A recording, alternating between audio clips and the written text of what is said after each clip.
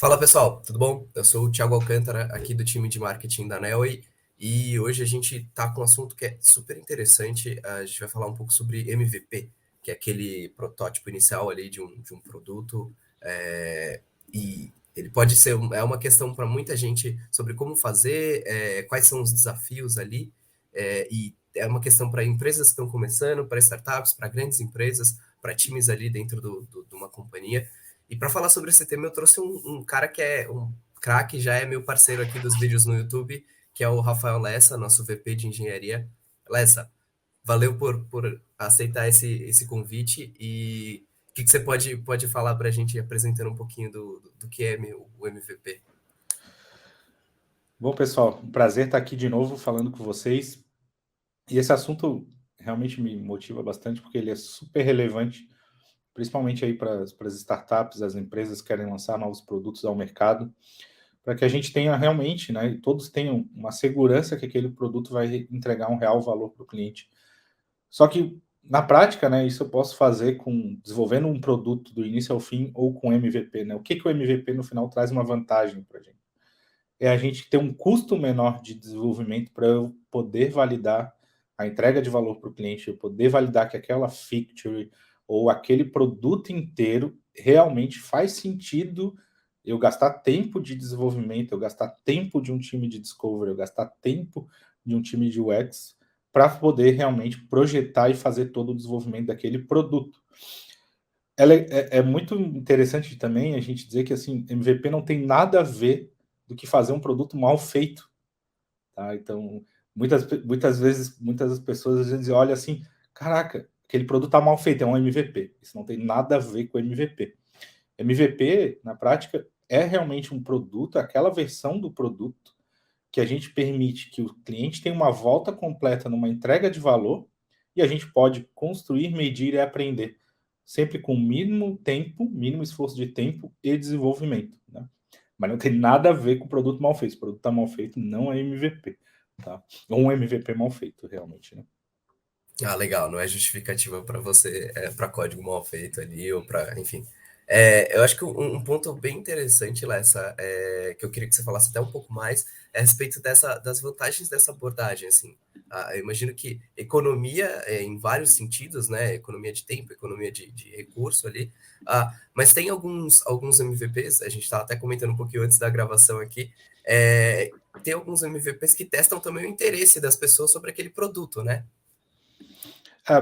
A gente tem vários tipos de MVP que a gente pode executar dependendo do estágio que o produto está, né? Então, por exemplo, um teste de fumaça, que é um tipo de MVP que a gente pode executar, é realmente para eu captar interesse das pessoas, né? Então, é aquela velha sátira, né? O que é um teste de fumaça? Eu jogo a fumaça, né? Para ver se vai dar certo, né? Ver se ali aparece alguma coisa. Nesse teste de fumaça, por exemplo, ou outros tipos de MVP, a gente comentou sobre o Dropbox, né? Então, antes deles desenvolver uma linha de código do produto Dropbox, eles criaram uma landing page, botaram um e-mail para quem tivesse interesse, né? Que era extremamente restrito. Fizeram ali uma visão de marketing sobre aquele produto.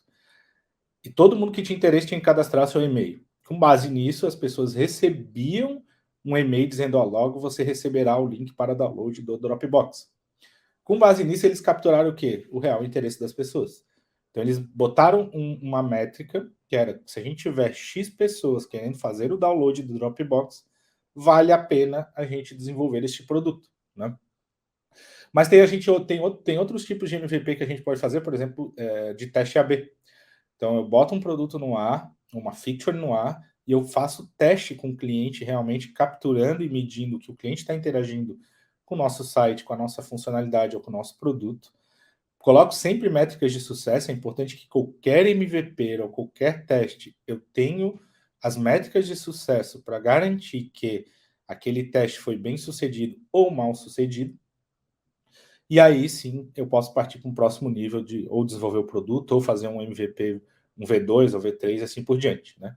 Mas a gente tem N técnicas de uso de MVP, como eu comentei, teste de fumaça, o concierge, a gente tem o teste AB, tem mágico de Oz, tem até protótipo de baixa resolução que dá para criar de forma navegável, que também serve como MVP, por exemplo. né, para a gente poder validar muita interação, a jornada, ou até as informações de como que elas vão estar colocadas no nosso sistema. Tem um ponto que acho que muita gente tem dúvida também, que é por que algumas empresas têm dificuldade em lançar ali o MVP e até demoram um pouco nesse desenvolvimento e se perdem. O que acontece muitas vezes nas empresas que começam a criar MVP e pensam no MVP, Thiago? Que eu particularmente também já passei por isso, né? Não acho que a gente não passa também, eu já fiz, né? Muitas vezes, algumas coisas que a gente, quando constrói um MVP, a gente acaba não se preocupando, ou a gente ou traz essa dificuldade, né? Eu considero uma primeira que a gente construi um MVP sem ter um cliente ou um early adopter. Isso traz uma dificuldade para a gente priorizar o que realmente é uma entrega de valor para o cliente. Então, toda a funcionalidade do teu MVP se torna prioritária. E se tudo se torna prioritária, o teu backlog fica gigante e o teu MVP demora mais de um ano para ser lançado, né? Quando eu tenho um cliente junto comigo e eu consigo capturar realmente o que é a entrega de valor para aquele cliente, eu consigo restringir e realmente priorizar as ideias e fazer realmente um backlog menor para a entrega do MVP, né? Um outro ponto, né, que daí vem muito culturalmente das empresas, que é, opa, eu lancei um MVP. Esse MVP ele está pronto, virou produto. Olha só que legal, os clientes deram ok, eu medi, deu tudo certo, né? Só que MVP é uma evolução. E aí, quando a empresa às vezes tem essa mentalidade, o que acaba acontecendo com o time que constrói? Opa, eu vou deixar muito mais pronto a escalabilidade desse produto, porque eu sei que se o cliente der ok, vai entrar para a produção e realmente vai virar um produto que vai estar no ar e todo mundo vai sair usando. Então, no MVP, por exemplo, se eu vou testar com 10 clientes, eu vou pensar na escalabilidade para 10 clientes, né? Ou 15, um pouco a mais. Mas eu não vou pensar na escalabilidade para 1 milhão de clientes, né? E aí, quando às vezes tem essa cultura de um MVP que 10 clientes deram ok, eu já parti, vendi e quero escalar para 1 milhão, sem que a gente tenha uma evolução, acaba inchando o backlog de novo, né? Enfim. Também tem uma outra abordagem que dificulta, as empresas também acabam trazendo MVP para tudo. MVP às vezes vira a palavra da moda, né? Então, tudo vira um MVP, né? Então, eu vou fazer um MVP, tal. Mas tem algumas pesquisas, né, que mostram de alguns fatores de sucesso. Então, não necessariamente tu tem que criar tudo MVP. Se tu tem um produto que tu já tem certeza que aquele produto entrega valor para o teu cliente, que faz sentido, é uma necessidade latente, constrói o produto, né? Só constrói o produto de acordo com o time do mercado, o time que vai construir e de acordo com o modelo de negócio que vai estar sendo feito, né? Então, é muito importante que no MVP a gente tenha um backlog muito claro do que vai ser feito, o que realmente é entrega de valor, o que eu vou medir. Principal fatores que eu vi, já passei, é o tamanho do backlog e a gente perde o time de validar esse produto. Tem outras características que acontecem muito, que eu vou criar um MVP. Eu vou construir o back-end. Meu MVP é o back-end do produto, né? Então se constrói todo o back-end de desenvolvimento, super robusto, bonito, ok. E aí esse MVP acaba fazendo o quê, né? Entreguei um produto que o cliente não consegue usar, porque é só o back-end, né? Sendo que a premissa do MVP é o cliente conseguir ter uma jornada de início ao fim daquela proposta de valor, tá? Enfim, são N motivos que eu vejo que as empresas têm dificuldade por, às vezes, não entender o real conceito do MVP, né? E principal, o cliente tem que saber que ele está participando de um MVP.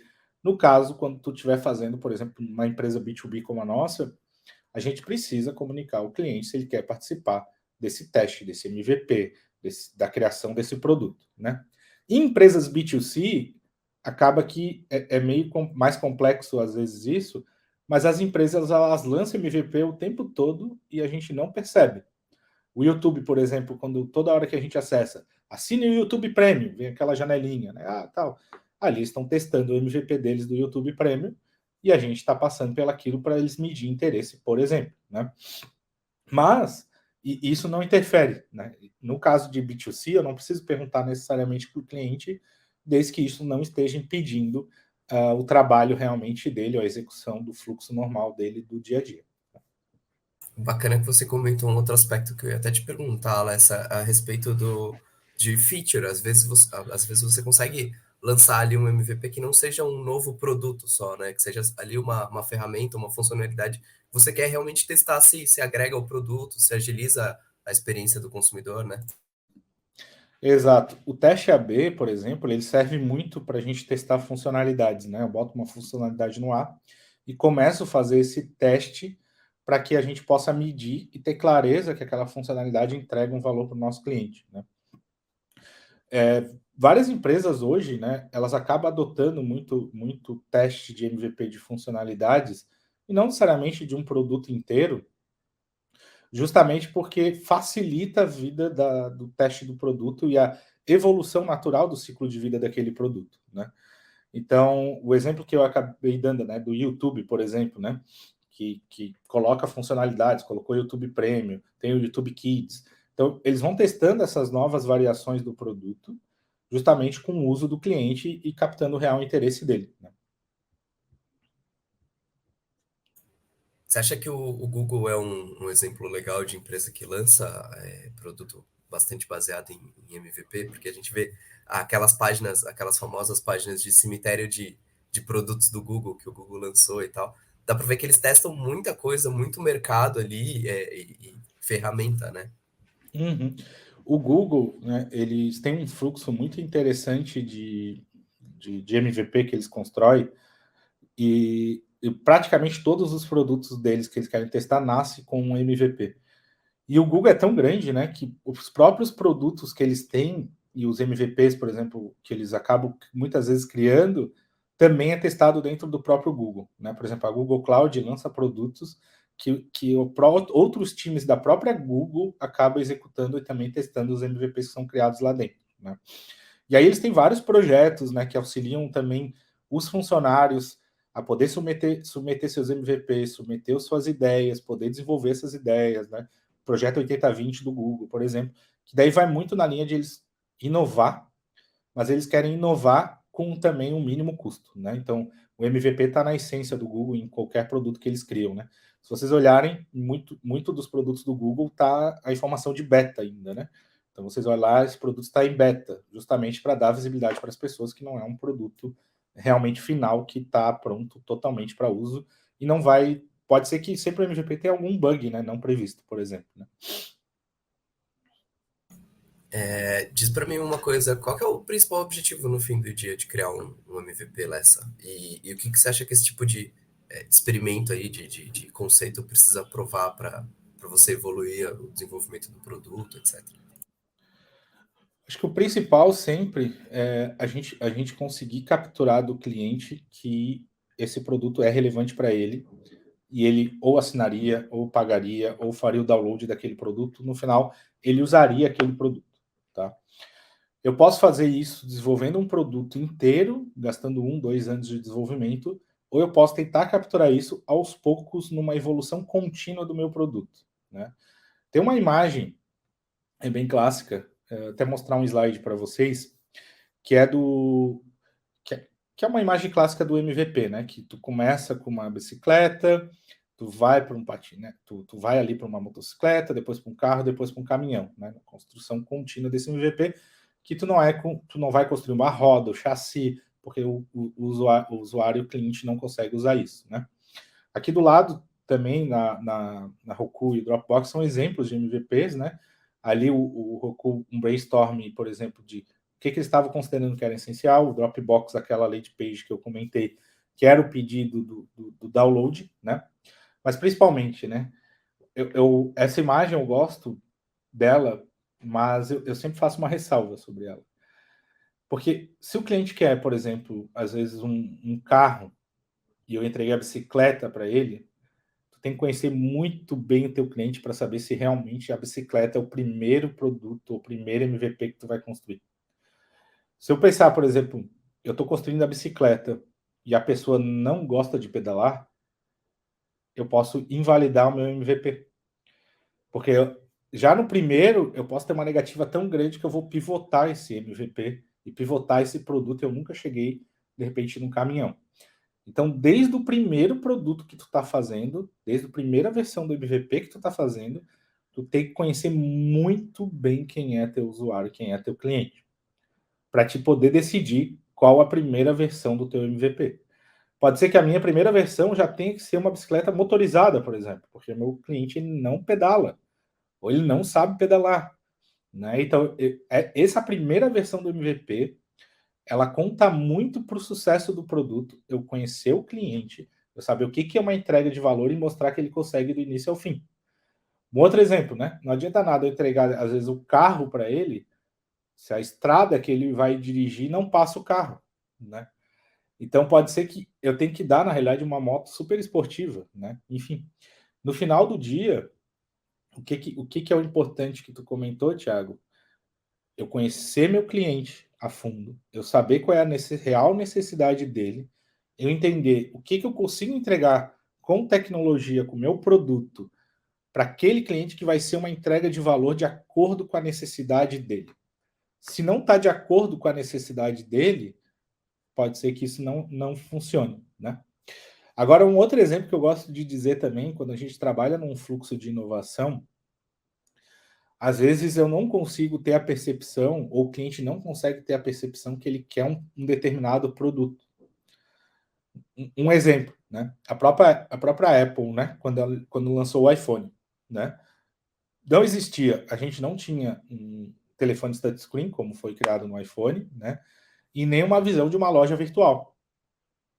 E aí a pergunta, aquilo foi um MVP ou foi um produto? Né? Que a gente pode pensar sobre ele? Às vezes, num processo inovativo, disruptivo, eu vou ter que criar um conceito, eu vou criar uma necessidade que ela não existe no dia a dia do meu cliente. E aí, nesse contexto, né, que eu estou criando essa necessidade, muitas vezes eu vou fazer entrevistas, eu vou rodar um processo de discovery muito claro, para eu poder capturar, entender como é que eu vou fazer minha inovação disruptiva e ali eu vou lançar um produto. Né? Então, o próprio iPhone, ele foi bastante tempo de desenvolvimento, a Apple Store bastante tempo de desenvolvimento, e ali eles lançaram diretamente um produto, porque eles queriam impactar o mercado, o que eu comentei antes, né? Ter uma visão do time do mercado. Então, ou seja, se eles tivessem lançado de repente antes, não teria dado certo por causa do time. Então, ali eles pegaram time, olharam a evolução tecnológica que estava acontecendo em outros setores, e aí lançaram um conceito. Ali eles lançaram um produto pronto, que era o iPhone. Claro, uma primeira versão do iPhone, né? Não dá para dizer que o iPhone era um MVP naquele caso, né? Era um produto fechado, pronto, sendo lançado pela Apple. Então, tu também tem que entender que, como eu comentei antes, nem tudo, né? Por que as empresas têm dificuldade? Porque nem tudo tu vai para um MVP. Tem produtos que tu quer realmente impactar o mercado, que vai ser uma grande revolução, e aí tu vai pegar e vai lançar esse produto no mercado e tentar trazer para o mercado realmente esse conceito e essa necessidade de um produto desse tipo. A Apple, por exemplo, revolucionou a indústria de smartphones, né, lançando aquele produto, depois todo mundo, todas as empresas de telefonia seguiram, né, que criam celulares, seguiram a mesma tendência. É bacana entender que a Apple lançou antes o iPod, por exemplo, né, Lessa? E foi testando vários formatos e Exato. a própria ideia da loja, né? Começou com uma loja de música e aí foi aplicando, expandindo esse conceito, né? Quem tiver interessado, inclusive, em saber um pouco mais sobre fase de desenvolvimento de produto, tem um artigo do Lessa, inclusive, no nosso Medium aqui, que a gente vai linkar na descrição desse vídeo, gente, que é exatamente sobre o que você precisa saber em cada uma dessas fases, tá? Então, a prova de conceito, o MVP, soft launch, hard launch, tem bastante coisa interessante, aposto que vocês vão curtir bastante. Bom, Lessa, acho que um outro ponto que eu queria que você falasse, que acho que é bacana a gente trazer para o papo também, é essa questão de por que as empresas têm, às vezes, dificuldade de deixar partir ali o MVP, sair do MVP e passar para uma nova fase de desenvolvimento. Essa é muito boa, cara. Eu gosto de falar que a grande dificuldade é porque as empresas elas ficam apaixonadas pelas ideias. Ou as pessoas elas ficam aficionadas pelas ideias, né? Então, a grande dificuldade de pivotar um MVP é porque eu acredito fielmente que um MVP ele vai dar certo. E aí a gente fica tentando, fica costurando, fica lançando novas features. E daí não para, não para, não para. Não, o MVP é feito para pivotar. Cara. O MVP é feito para a gente testar e errar rápido. O MVP é realmente para a gente olhar para ele e falar assim, não deu certo. Joga fora. Né? Vamos testar um outro. Vamos criar um novo. Não a gente pegar e pensar que não deu certo, opa, eu vou continuar evoluindo esse produto, eu vou lançar novas features, eu vou fazer. Não. Se tu fizer isso, tu tá aficionado, tu tá apaixonado pela ideia e muito provável que tu vai gastar muito tempo, muito dinheiro, e essa tua ideia não vai dar certo e tu vai jogar fora. Lá na frente tu vai jogar fora. E aí, esse ponto, que para mim é um dos principais critérios de sucesso do MVP, é saber a hora de pivotar. Saber exato momento de tu pivotar. Por isso que as métricas de sucesso, os critérios de sucesso são tão importantes. Porque com números não tem discussão. Se eu coloco, olha, eu quero chegar em um mês, eu ter 1.000 clientes usando, e eu cheguei em um mês, tem 100, amigo, ou tu revisa toda a tua estratégia, né? Ou tu pare, realmente esse produto está entregando valor, os clientes não... Eu projetei 1.000, tem 100. Vamos entender por que só teve 100? Claro que às vezes pode ser a tua campanha de marketing que atingiu o público errado, pode ter outros fatores, mas ok, ajustei esses fatores, minha métrica continua 1.000. Cheguei a 110, amigo, troca. Não chegou no teu target, não chegou na tua métrica de sucesso. Nesse momento, é o momento de pivotar, joga fora, vê as melhores práticas, faz a tua retrospectiva, por que aconteceu aquilo, né? E aí pode ser pelo time do mercado, o mercado não estava pronto para a tua ideia, para a tua inovação, para o teu produto. Isso pode acontecer, não é que o produto é ruim. Pode ser que naquele momento não era o time das pessoas, né? Pode ser por uma questão realmente de business model, ou seja, o preço está mais alto do que o cliente realmente está disposto a pagar, por exemplo, né? Então, isso acontece muito, né? A gente acha, putz, isso aqui eu posso cobrar muito caro do cliente. Então, o cliente olha para aquilo, caraca, né? Para mim não vale a pena, né? E isso é bem legal, por exemplo, esse ponto no modelo de negócio é muito legal, por exemplo, do Spotify. Se a gente lembrar bem, tinha vários outros mecanismos que a gente baixava MP3 de graça, né? Tinha Napster, tinha vários outros ali que a gente baixava. Por quê? Porque a mídia física te trazia um monte de faixa, às vezes tu gostava de 2 músicas e tu pagava caro. No momento que veio o Spotify, veio outros tocadores de música, com preço ok, que as pessoas estão dispostas a pagar, esse mercado sumiu muito de pirataria de música, sumiu, né? Hoje a gente pouco ouve falar de pirataria de música, porque o cliente está disposto a pagar pela facilidade, pelo modelo de negócio, por exemplo, que o Spotify criou.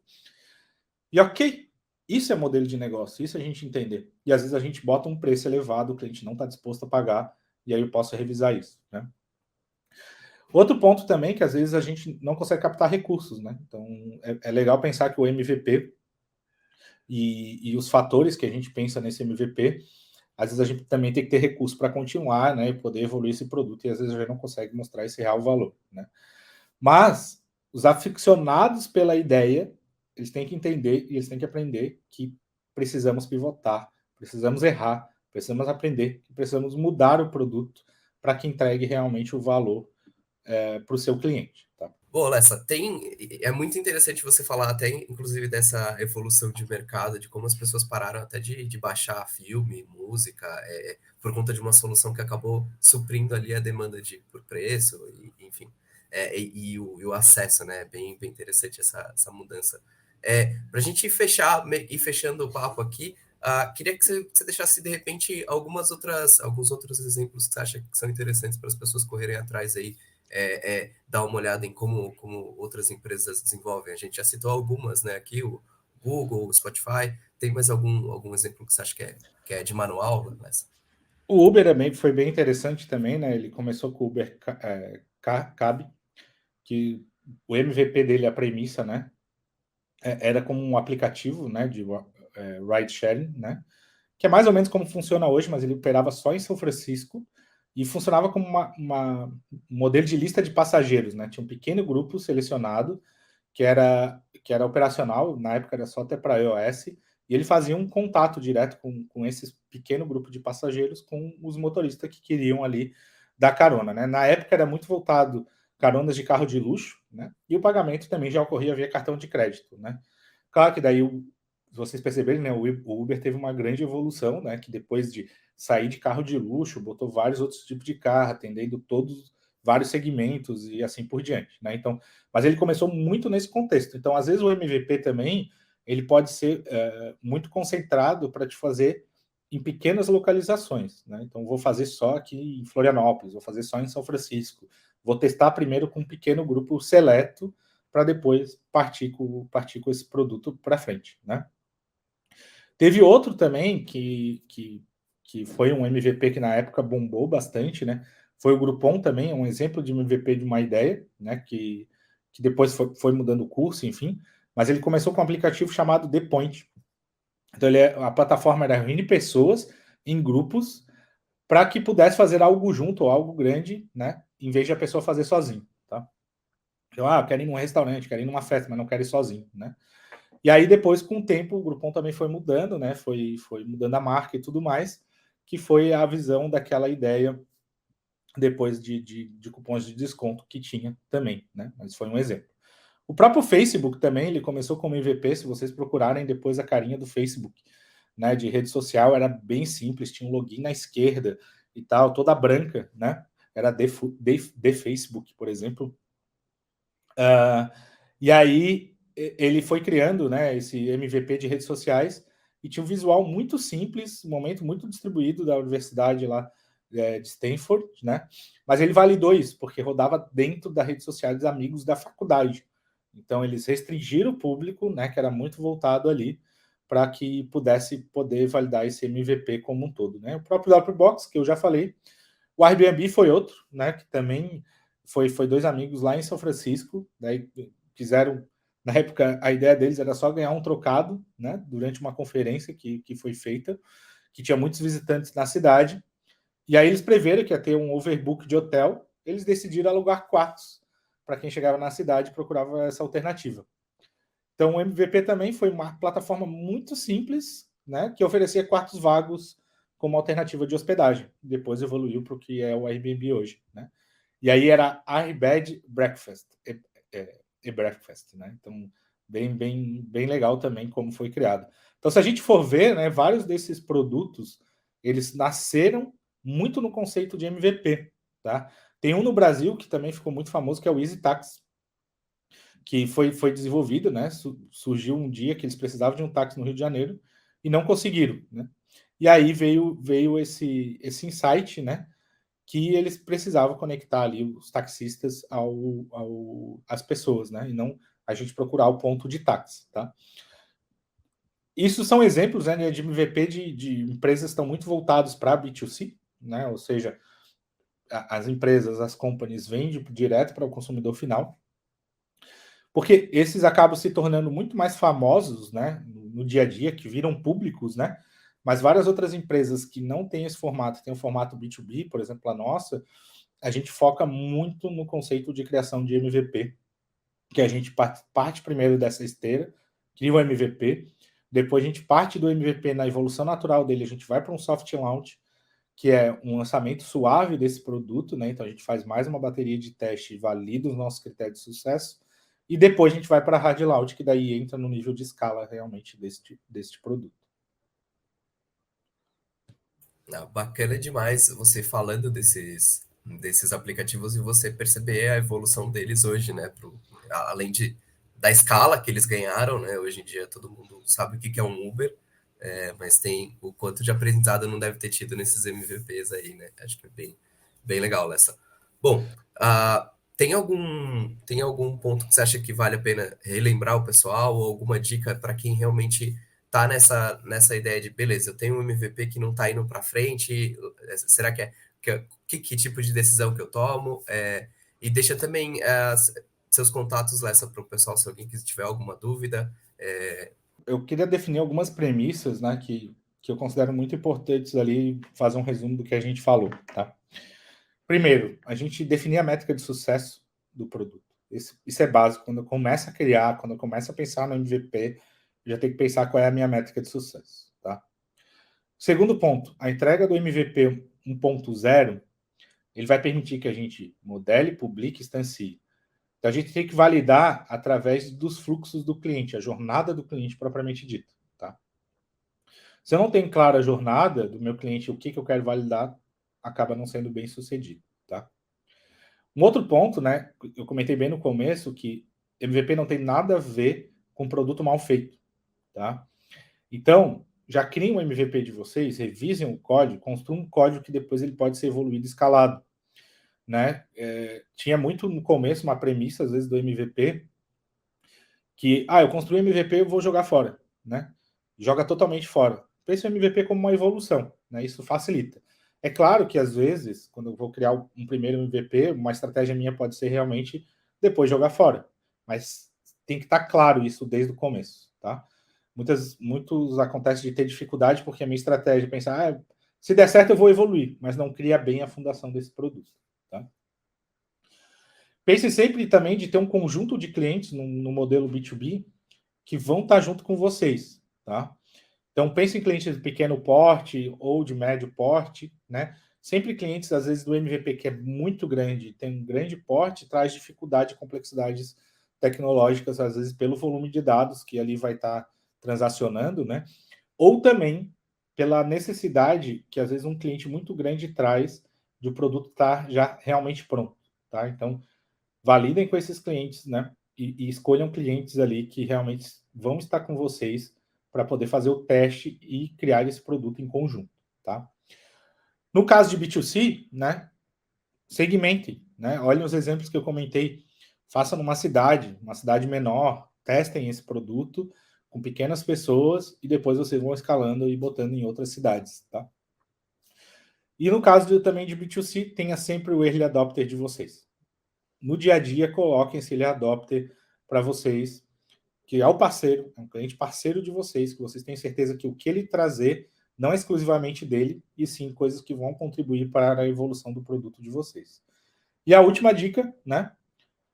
Sejam ágeis. Pivotem caso o produto de vocês realmente não tenha um valor, né? Ou não comprovou o valor necessário de acordo com as métricas de sucesso. Tirem o achismo do processo, né? Porque senão a gente se apaixona pela ideia e tenta criar ela e a gente acaba ficando num fluxo eterno e não termina a construção desse MVP, tá? E aí, como algumas dicas também finais, tá? Eu gostaria de dar, assim, quando a gente vai criar um MVP, pensem sempre em ter funcionalidades que a gente chama de funcionalidades matadoras, que é a ideia que vocês querem validar, tá? Se a gente identificar que tem uma funcionalidade que essa é a matadora, essa que realmente vai entregar o valor para o cliente, esta que sustenta o produto por si só, é essa que a gente tem que colocar na frente e realmente fazer, tá? Adicionar depois, de acordo depois se vocês têm essa funcionalidade matadora, adicionar mais algumas funcionalidades que fará que o produto, né, tenha um must-have ali para que a gente possa lançar, tá? Mas sempre pensem em ter a funcionalidade matadora, porque essa funcionalidade no final é a que acaba sustentando todo o produto de vocês, tá?